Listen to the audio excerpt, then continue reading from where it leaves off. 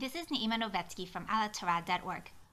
Today's TorahCast will explore the first challenge faced by the nation after being freed from the Egyptian bondage, the story of the sweetening of the bitter waters in Marah.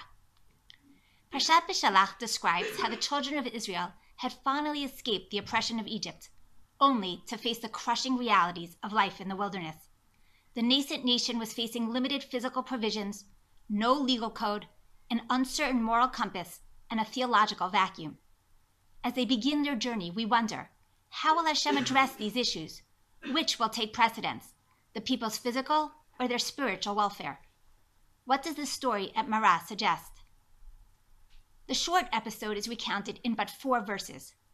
We are told how the nation traveled in the wilderness for 3 days without finding water. They finally arrive in Marah, only to discover that the water there is not drinkable. Moshe cries out to Hashem and is instructed to throw a tree, or perhaps wood, into the waters to sweeten them. The verse then moves to a seemingly unrelated topic, telling us, Sham sam lo chok u'mishpat, v'sham nisahu. And there he placed before them a chok u'mishpat, perhaps a statute and ordinance, and there, nisahu, he tested him. The story concludes with Hashem's promise that if the people keep his laws and statutes, all the diseases that befell the Egyptians won't befall them. At first glance, the two halves of the story appear unconnected. What's the relationship between the sweetening of the waters at Marah and the story's epilogue, which speaks of listening to the commandments of Hashem?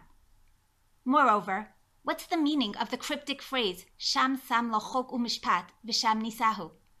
Who is placing what in front of whom, and why? If the words chok u'mishpat have a legal connotation, as they generally do in Tanakh, what law or laws are being referred to, and why are they being relayed specifically now?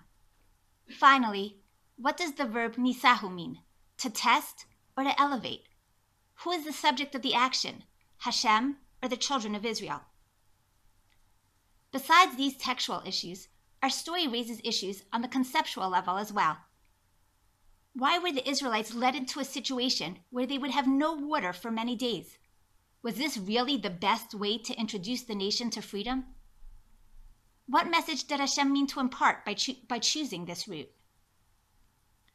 In addressing these questions, our starting point will be the nature of the chok u'mishpat given to the nation. As we'll see, commentators' varying understandings of the term reflect very different conceptions as to what lesson Hashem was hoping to teach the people at this first stop in the wilderness. A first approach understands the term chok u'mishpat to refer to Torah laws, and suggests that before all else, Hashem desired to give the nation a preview of some of the Torah's eternal commandments. As Hashem's Torah and Mitzvot are the most vital element for the development of the Israelite nation, they needed to be given at the very first opportunity. Which exact laws are included in the term chok u'mishpat, however, is a source of debate. Rabbi Yoshua in the Mechilta, a 3rd century halachic midrash on Sefer Shemot, identified the chok as the mitzvah of Shabbat, and the mishpat as the laws of honoring parents. Though he does not explain the choice, it's likely influenced by the fact that the words kasher tzivacha Hashem Elokecha, as Hashem commanded you, appear in the recounting of the Decalogue in Devarim with regard to both of these commandments, perhaps implying that they were given prior to the revelation at Sinai. As such, when looking for laws that the nation could have received before Hashem's revelation, these two were a natural choice. On a more fundamental level, though, one might suggest that specifically these 2 laws were chosen because they are so foundational.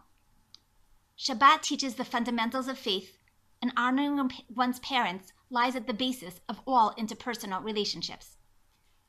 According to Rav Yoshua, the word nisahu in the verse means to elevate. In giving the nation these mitzvot, Hashem elevated them to a higher spiritual level. Rav Elazar HaModai in the same Mechilta, in contrast, assumes that the verse is referring to the laws of forbidden sexual unions and torts. As the former are referred to elsewhere as chukim, and the latter are the subject of much of Parashat Mishpatim, his choice works well with the terminology of chok u'mishpat. On a conceptual level, though, it's possible that Rav Elazar's underlying motivation may be an attempt to define which categories of laws were the most critical for maintaining law and order among a new nation camped together in the desert. In contrast to Rav Yehoshua, he understands the word nisahu to mean test, implying that Hashem tested the nation to see if they would observe these new laws and take the first steps towards creating an orderly society. According to both of these variations in the Mechilta, we must still question, what is the connection between the giving of laws and the sweetening of the water discussed in the first half of the story? These sources appear to suggest that really two distinct events happened in Marah. Hashem took care of both the nation's spiritual needs and their physical ones. In connecting the two, perhaps Hashem wanted to demonstrate that physical health is dependent on spiritual health, on following the mitzvot of Hashem. This principle is in fact encapsulated in Hashem's promise in the final verse of our story. If you heed the voice of Hashem and listen to his commandments, all of the diseases which I have put on the Egyptians, I will not put on you. A third opinion brought in the Mechilta, attributed to the Dorshei Rishumot, offers an alternative understanding of the relationship between the two parts of our story, which goes a step further. It views the lack of water as a metaphor for a shortage of Torah, and the tree which provides for the nation as words of Torah, an Eitz Chaim Lamachazikim Ba, a tree of life for all who take hold of it. According to this reading, then, the entire story revolves solely around the spiritual needs of the nation, rather than their physical necessities. This opinion, which is obviously not working with the simple sense of the text, may be engaged in a polemic against early Christian exegesis, which claimed that the waters of Marah were baptismal, and that the tree was a prefiguration of the cross. Alternatively, it is simply motivated by a desire to highlight that Hashem felt that the nation's spiritual needs were much more pressing than their physical ones. A second approach to our story is taken by Ramban, a 13th century Spanish exegete, who agrees with the Mechilta that Chok u'Mishpat refers to behavioral guidelines, but suggests that the phrase relates to general norms of conduct rather than to specific mitzvot. He argues that if the verse was referring to particular laws, one would have expected that the Torah would enumerate them, as it does elsewhere. The fact that it does not suggests that the phrase is broader in meaning. According to Ramban, at this first stop in the wilderness, immediately after providing sustenance for the people's physical needs, Hashem felt it necessary to mandate certain ground rules critical for life in the desert. The people needed to learn modesty, moral discipline, and self-restraint, without which chaos could easily reign. As such, in contrast to the opinions brought in the Mechilta, Ramban does not view Marah as an exalted spiritual experience in which the nation received a preview of the revelation at Sinai, but rather as a much more mundane episode in which newly freed slaves were taught how to create a civilized society. Ramban's emphasis on the need for general lessons in proper ethical conduct, and not just for Torah law, is consistent with his view expressed both in his comments to Vayikra 19 and Dvarim chapter 6, that the Torah's commandments might not cover all scenarios, and that being a mensch requires one to abide also by moral principles and not merely by the letter of the law. A third approach to our story rejects the idea that it revolves around law and order at all, suggesting instead that the episode was meant to inculcate certain fundamental theological and philosophical beliefs.